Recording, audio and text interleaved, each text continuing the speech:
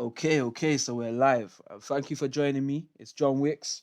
Let's get straight into this. So, a couple things that we need to cover because today's video is going to be epic. Literally, grab grab whoever's near you. I see, come here, grab them and shake them and tell them that this video is going to be epic. No word of a lie. So, let's get straight into this without further ado.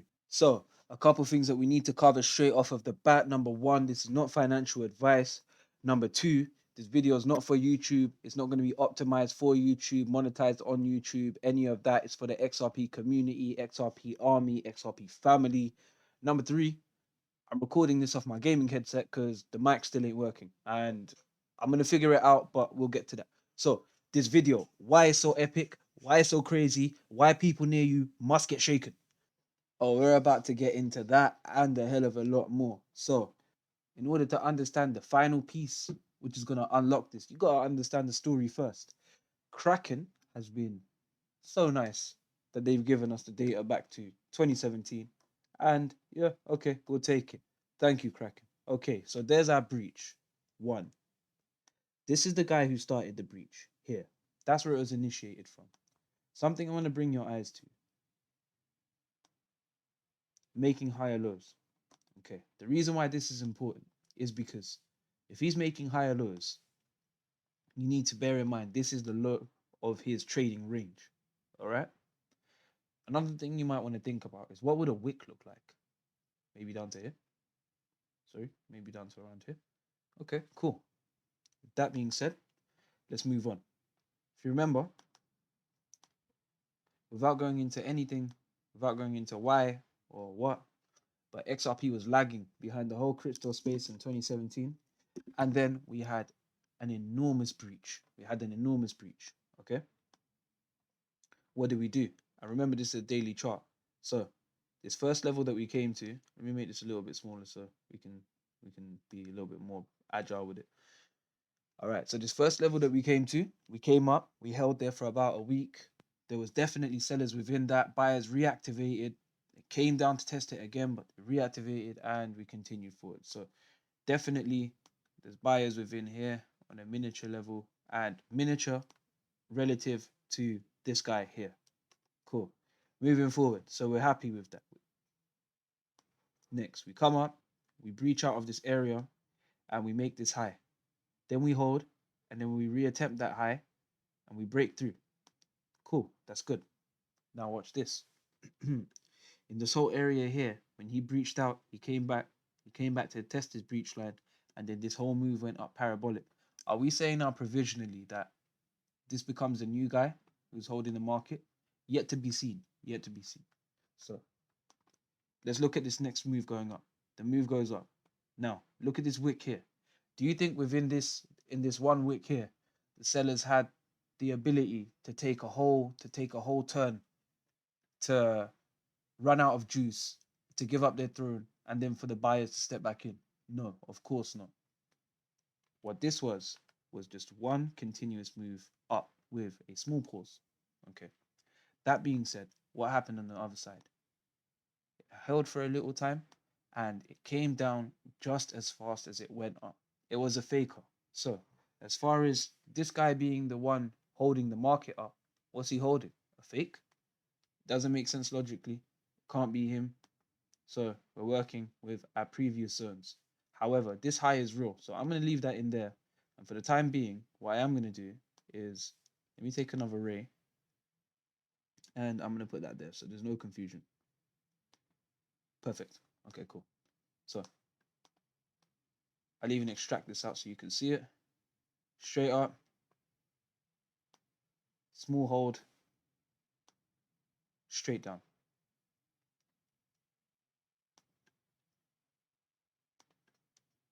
Okay. When we came down to where? We came down to test these highs that we put in and we were happy that they were real highs and price had consolidated there long enough. All right, cool. So we came down to test those highs and we rejected from our breach line. No problem. There was a small reaction to the sell that came in, but let's extract this out again one time just to put this in perspective. And even if you take the wick and you come back up to here, we're looking at something that looks like this. Who in their right mind is turning buyer off of that, right? Anyway, delete it. But I want to draw your attention to, and I'm sorry, I should have explained this before. Or if I have, I'm not remembering this, but we've done many, many takes. When the market went up like this, it means we're in buyer's territory. Okay. And what that means is price can even come down and challenge this guy who started it. It doesn't mean that it's a sell. It doesn't mean that he's been defeated. Hence why I was telling you we need to bear in mind the lows of his trading range and what a wick may even look like outside of it. So I hope that makes sense now, because that was some key information. If I forgot to put that in there, I'm glad I remembered to put that in there now. Okay, so we said that this was a real breach here, and this was a real buyer here, and this was a real buyer's territory. So we've got, as we said, a major, you could call him a godfather, telling us that the market is a buy. And now we've got a smaller guy as well telling us, I agree, the market's in a buy. Smaller guy meaning what? Smaller relative to him. Okay. I think we've been through that. Either way, let's continue forward. So when price came down, it bounced, it made a lower high. What did it do? Seller stepped in, another lower high, and then it breached and it made new lows. So regardless of whether you want to say it was the sell started from up here, or regardless of whether you want to say no, actually, but it paused for a minute and then it started from in here. Regardless of what you do in that situation, it's the same. And the reason why it's the same is because you can't defeat this guy here without defeating this guy here. Meaning, if price even came up into an area between them without defeating him, this is not a buy yet. We need to clear this guy, defeat him, and hold above him for that to be considered a reversal of territory. Do you understand?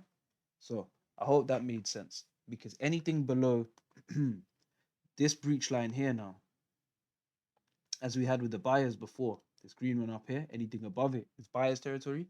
Now we've got the same thing happening with the sellers, and the sellers are coming in hot. So what's the next thing they do? They make a new low. The new low goes to challenge who? Challenge, not defeat, as of yet. Okay. So it challenges the buyer who had initially, or our last miniature buyer who had taken the market up previously, a previous zone for reference. Yeah. What happens? What's the buyer's reaction? It's not that much. Now, many people, the trendline people, they'll even would have had a trend line in this and potentially been looking at selling this. So just quickly, whoops, just quickly, if if you were selling this, what happens when this green wick happens and this comes up? Stop loss, right? So in order for you to close your sell, you have to buy back what you're selling. So your sell becomes a buy. So in this area here, we're dealing with a lot of people turning sellers. In this area here, all of those sells are turning into buys. Interesting. What happens when this green candle comes in and prints? Oh my God, look at the way that these guys are coming up. No, maybe it's not a sell. Maybe we're wrong. Wait, maybe that was a support. Maybe this is a reversal. Maybe we're going back up. So now sentiment's starting to change. Some people are now turning buyer in here. But are they turning buyer before that happens? No. They're turning buyer in the middle here, after it's happened, after the green candle. Yeah. Now, in that same moment, there's still going to be people that haven't switched their buyers that are still going to be looking at this like, all right, I'm still waiting to sell this. If it comes here, I'll sell it again. Now, let's zoom. Let's zoom, let's zoom, let's zoom. Cool. For the SNR people on a miniature time frame, because remember, these are daily candles. You see this SNR here? Anyone from this situation that hasn't switched their bias and is still selling, when this next green candle comes up, if it doesn't stop them, they're switching their bias. And if they're not switching their bias, there's a bunch of whole other traders called breakout traders who think, oh my God, the SNR's broken. It looks like it's a buy. Let me get in. Let me get in. And then you see now, because our territory never changed, what ends up happening to those people and how they got wrong footed, and how using normal things like trend lines and support and resistance is the wrong way. I say the wrong way, but how using normal things like trend lines and support and resistance actually hurts them more than it helps them. And I don't use them. And you would have noticed that by now. Anyway, regardless of that, let's move forward. So we make this new law. After that happens, what do we do? So that was our breach beneath here. Okay. And then we made this lower low. After this lower low, we make a lower high. So let's, and we spoke about the whole psychology that happens within this area as well, and why it's so important to understand the territory, your most recent territory is still telling you sell. Okay, so what actually happens is the sellers reactivate, buyers one last attempt, this is hope. They're going to try and make an equal high, don't quite do it in the same zones though, but the sellers re-enter the market, and now this is very important because look, at this moment they're going into test two. They're going in to test this guy who had previously taken the market up. And just to put this into context, we had our big godfather saying it's a buy, anything above me is a buy. Okay. And now from this perspective, we've got this guy as well who's saying the same thing. Hey, he's a much lower rank, but he's saying anything above me is also a buy, and he's the guy holding it up. Okay. So what we have on the other side now when the sales come in is when they make their seller's territory, they're saying there's power on this side as well. And we're saying it's a sell. Okay. All information to be noted. Let's clean this up a little bit for now. What I'm going to do is, because he's been taken out and he's out of the game now, and you can see he's out of the game here when we make this low low.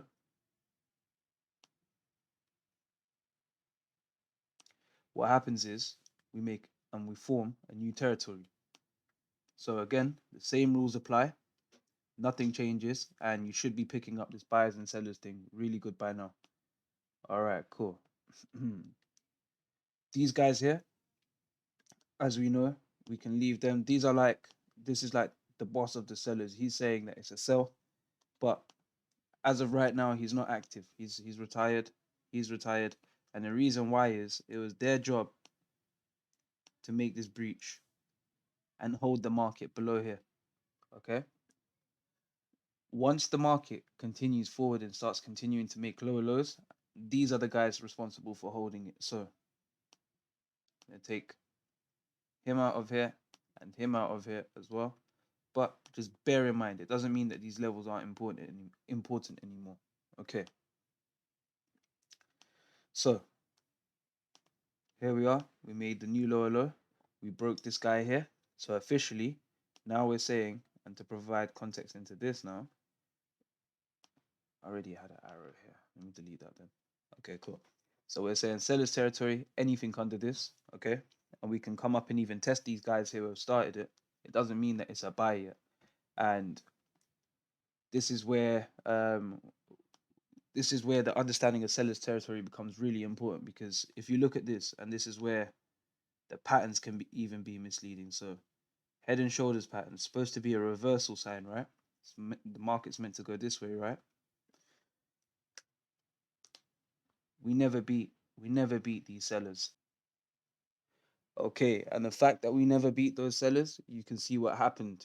You can see what happened to anybody that was in there. It was sad times. Um, so what am I saying right now? I just want to take a quick little pause, because if anyone hasn't noticed by now, I don't look at the markets like most people you would have been used to seeing. And I don't use trend lines, and you see why. I don't use support and resistance, and I've shown you why. I don't use patterns, because to be honest with you, with patterns, if you've got a underlying understanding of what price action is actually doing in the first place, by the time the pattern prints, it's already too late. It's redundant. And other than that, I don't use indicators. And of all of the indicators in the world, I use the MACD. And if I could give you a hierarchy totem pole, the MACD will firmly be on the bottom of that. It's not integral to my trading process. Certain times in certain situations, I'll use it as confluence, but literally that's as far as it goes. Not to say that the MACD is bad, because it is the only indicator out of all of them which I do ever consult. But yeah, no indicators, no trend lines, no support and resistance, no patterns. Okay, so let's continue forward. Okay, so what do we see happen? Cells reactivate from this area here. To actually see where the buyers tried and the sellers overpowered them in there. Buyers last attempt, weak, weak, weak, weak. Sellers step in. Okay. Now, I want you to pay very close attention to this whole situation here, because notice how high he came up. He came up to literally test the sellers, look them eye to eye. Okay. But notice this. If this guy's got big orders to fill and he's got a lot of whatever it is that he's trying to sell, he needs buyers. So at this moment in time, how many people in the market are thinking buyers again? No one. But when this comes up and this comes up, now who's thinking buyers? Trust me, a lot of people, especially if you've got a pattern in front of it as well. And people are now starting to think, okay, we're consolidating as well. It's definite reversal time. Let's go to the moon. Um, all of this stuff, all of this stuff works in situations, and there has to be a lot of criteria which are hit before you can say a pattern's just gonna work. Anyway, we're not getting into that right now. So what we are talking, and why I did bring your attention to this bit, is we needed to entice the market. We needed to entice the buyers back. Once we've got the buyers back in, the sellers have sold, they've taken the market down, and they actually then end up breaching lower. And now it becomes these guys here, or you can be very precise about it and say, oh, but wasn't it this guy here? But again, the same thing applies. But you'll notice the last time it was clean. And this is why this whole trading, all of these markets, it's more of an art than it is a science, because you have to be able to see through this sometimes. Because we're in this zone over here. When we breached last time, we held under seller's territory and the breach line. This time we went all the way up. So when it comes to us trying to defeat this area, and we spoke about this earlier by even coming somewhere in between, we need to breach and clear this guy and then consolidate above. We went over this earlier in order for a reversal to occur. So what we have here is an attempt, a rejection, and we're only able to actually hold here. And in this area as well, who are we going to challenge? We're going to challenge that first area. What happens? That same guy holds the market, knocks price back down, and we range. Now, we range until eventually you could view this as a breach. But if you remember earlier in this whatever this is video, I told you guys about the low of this guy's trading range being around here, and what a wick might look like as well, probably in and around here. So I'm gonna highlight his low, because although he's coming and he's getting challenged, and then look at this one, look how aggressive sellers come in. They're not able to break the low of his trading range. Okay, that guy in there is still very much alive at this point. He hasn't been broken. His will, like, he's only gone down a little bit. Come on, you haven't broken his spirit yet. So he's still in there. Sellers attempt again, but where's their strength compared to the last time that they went down? We're not seeing the same strength. Now the buyers step back in. Now, if we are following this on a smaller perspective to what we're looking at it now, and let me make this red, so sorry, let me make this black so it doesn't get confusing. You can even see a miniature buyer's territory start occurring in here. So interesting, interesting, interesting. And let me change the color of this as well, because this is looking like another seller's breach line at the moment, and I don't want that to be the case, because you shouldn't be mistaking any of this stuff here. Okay, are we even saying this is a breach line? Did he from this area here? Okay, we've got down to here. Yes, that's definitely a lower low in terms of his sequence. But in terms of this zone, has he breached out of this zoning got down beneath and cleared this zone. Is this really a breach of this trading zone? No, this trading zone is still alive. Okay, cool. So given the fact that this trading range hasn't broken and we haven't breached and we're not seeking price in a new territory, can we actually say that this is a new breach of this zone here? No, we can't, right? So what that means is we're still working with our previous zones and the previous people or the previous person responsible for taking it down. So who would that be? Enter this guy here and this guy here. Excuse me. And this guy here. So this is very important now because if I drag this zone out across now, hold on, I think it's in here. Let me get this rectangle. This first zone here is the seller that we're looking at right now. It also happens to be the same zone that the sell initiated from when the SEC news kicked in. And now here, what you'll see is another zone that we've come and we've tested, or we've tried to get towards about 3 times. Why is this important? Why is this important? My friends, I cannot tell you how important this is. Who is near you? If no one's near you, call someone. Don't tell them why. When they're there, grab them, shake them. Because listen, what we're talking about now is these are the people responsible at the moment, at this moment in time, all the way up until now, that have been holding the market down. These sellers, okay, these zones here. This is just their breach line. Breaching this does not mean that these guys are dead. So we know that our godfather is saying, hey, huge buy. We've got something very powerful that's come all the way down. And we had a territory in here, and then we breached, and we had a territory in here as well, with these guys being the guys, remember? And then we breached again, and now this is our last territory. All right, cool. So we've got this power also saying sell. Okay.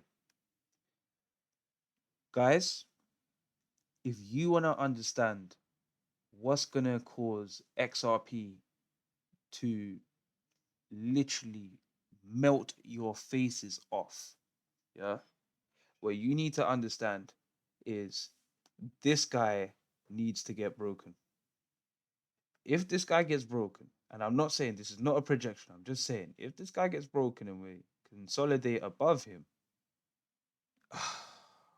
man, I don't know what to tell you. I literally do not know what to tell you. Because what's going to happen at that moment is the metaphor that I've been hinting at on Twitter. What metaphor? The riddle. The sun, the moon, and the earth all being aligned. All three of these universes saying the same thing. That, my friends, is a very special occasion. That, my friends, is the only eclipse I care about. So, with that being said, what would that look like? And that's an excellent question because if you're smart, that would be on your mind. What would that look like? Okay, so what that would actually mean is this breach line here becomes redundant. In fact, we would breach the seller and we would be breaching this line here. Okay, so that's how we look there. These guys that were once holding the market would have been defeated. That's not to say that these zones won't be important. So what we might see is after we breach out of these zones, for example, and after some consolidation, if we do pull back, we may see a pullback to these areas here. These areas may be very important in the future again. However, I'm not here to really talk about what the technicals are going to look like because this is literally projecting all the way into the future now. But what I am going to tell you is regardless of wherever the guy who starts this is going to be where our breach is. And what's going to happen at this point is we're going to have a confluence. We're going to have an eclipse between our godfather and whoever this buyer was strong enough to defeat this power on the way down. When these two link up and they both say, yo,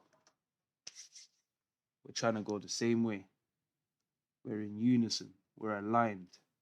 At that point, at that eclipse, once these universes come into alignment, oh my God. Listen, I have to put my moon boy cape away because that only works within the stratosphere. I need to get me an astronaut helmet and a spacesuit because I'm gonna be honest with you, man. This is gonna get absolutely insane. So that's gonna wrap it up for this one. That's what we're looking for. Don't know when it's gonna happen, and I hope that you learned a few things along the way as well. So if you found value in it, retweet it, send it to your favorite influencers, content creators. Obviously, send it around the XRP community. Make sure that this information gets out because everyone needs to know what we're waiting for. Until next time, it's your boy.